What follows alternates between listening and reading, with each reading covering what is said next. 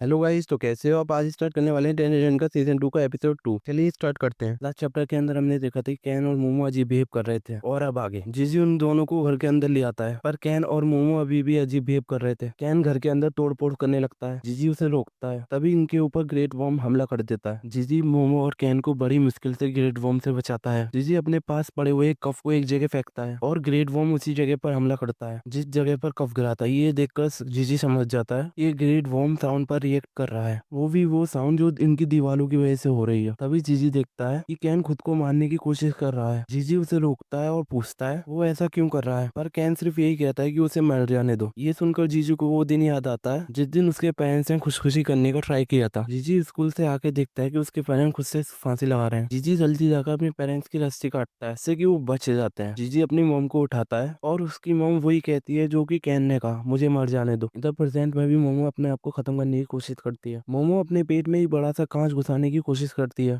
पर turbo granny बीच में आ जाती है और वो कांच का टुकड़ा उसके पेट में घुस जाता है। पर इससे कुछ होता नहीं क्योंकि वो एक डेविल फॉर्म में है। जीजी पहले कैन को बांधता है फिर मोमो को। जीजी टर्बो ग्रैनी से पूछता है ये सब हो क्या रहा है। टर्बो ग्रैनी बताती है कि giant bomb cycle wave release कर रहा है जिसकी वजह से ये दोनों अपने आप को खत्म करना चाहते हैं। और हमें पता चलता है कि ग्रेट बॉम्ब के साइकिल वेव के कारण ही इस घर में आने वाले लोग सुसाइड कर लेते हैं, और जीजी के पेरेंट्स भी इसी चीज का शिकार थे। जीजी टर्बो ग्रैनी से पूछता है कि वो कैसे नॉर्मल है, वो खुद को क्यों नहीं मार रहा। टर्बो ग्रैनी उसे कुछ बताने जाती है, पर तभी मोमो अपनी पावर से जीजी पर कांच के टुकड़ों से हमला कर देती है। जीजी उन कांच के टुकड़ों से काफी ज्यादा घायल हो जाता है और दूर जाके गिरता है। उसके गिरने से उसकी आवाज को ग्रेट वर्म सुन लेता है। जीजी देखता है कि उसकी तो लग चुकी है भाई ढंग से, क्योंकि सामने ग्रेट वर्म था और मोमो ने अपनी पावर से टर्बो ग्रैनी को पकड़ लिया था और खुद से अपने ऊपर कांच के एक टुकड़ा से हमला करने वाली थी, और कैन भी खुद को आजाद करने वाला था। जीजी एक गहरी सांस लेता है और अगले ही सेकंड में बड़ी स्पीड से सबसे पहले वो मोमो को बचाता है। फिर मोमो और कैन और टर्बो ग्रैनी को उठाकर उस घर से निकालने लगता है क्योंकि ग्रेट वर्म उस पूरी जगह को डिस्ट्रॉय कर देता है। जीजी का पैर सीढ़ियों से स्लिप हो जाता है जिससे वो नीचे गिर जाता है। जीजी खुद को संभालता है तो वो देखता है कि कैन और मोमो अपने आप को फिर से खत्म करने की कोशिश कर रहे होते हैं। जीजी जल्दी से जाकर उन्हें रोकता है, पर तभी वहाँ ग्रेट वर्म आ जाता है जो उनके ठीक सामने था। जीजी को लगता है कि अब उनका गेम खत्म, पर तभी वहाँ पर एक स्क्रिप्ट आ जाता है। ये वही स्प्रिट होता है जो जीजी के सपने में आया करता था, और उसके आते ही मोमो और कैन अपने ही सेंसर्स में आ जाते हैं। ये स्प्रिट इन लोगों की तरफ देखता है। टर्बो ग्रैनी सबसे इस स्प्रिट से नजर न मिलाने के लिए कहती है। टर्बो ग्रैनी बताती है एक ईवल आई है कि ईवल ग्रेस लोगों को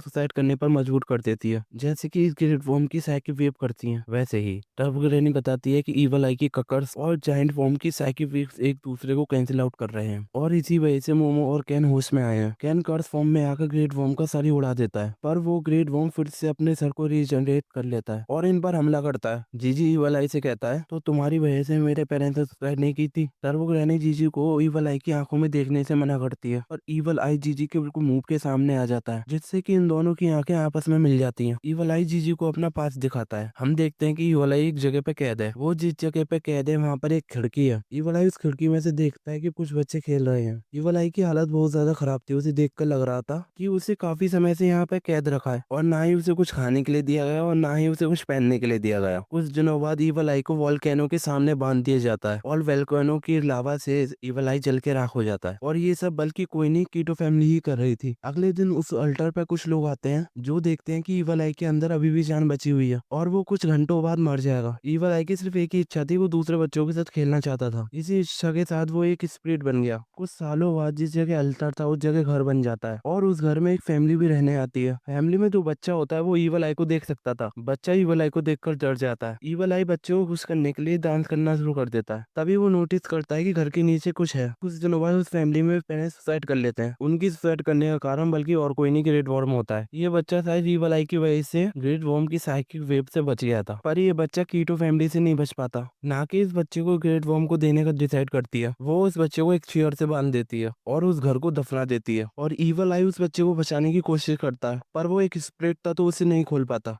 उसी वक्त ईवल आई डिसाइड करता है कि वो कीटो फैमिली को खत्म कर देगा। जितने बच्चों को कीटो फैमिली मारती है उन सभी की आत्मा ईवल आई में जुड़ जाती, और इधर प्रेजेंट में मोमो जीजी को होश में ले आती है। ईवल आई जीजी से चिपक जाता है। मोमो उसे हटाने की कोशिश करती है तो जीजी मना कर देता है और कहता है कि ये बुरा नहीं है, और इधर कैन ग्रेट वर्म से लड़ रहा होता है। ईवल आई जीजी से कहता है नीचे चलने के लिए, और जीजी भी जाने लगता है। मोमो जीजी से मना करती है पर वो उसकी नहीं सुनता, इसलिए मोमो भी उसके पीछे जाने लगती है। मोमो नोटिस करती है जैसे जैसे वो नीचे जाते जा रहे हैं घर की डिजाइन ओल्ड होते जा रहे हैं, जो कि कीटो फैमिली और गिरने के शिकार हुए हैं। जीजी उस जगह पर पहुंच जाता है जहाँ पर ईविल आई को मारा गया था। तो जीजी सोचता है कि ईविल आई मुझे प्रोटेक्ट कर रहा था। तो गाइस इसी के साथ ये एपिसोड खत्म होता है।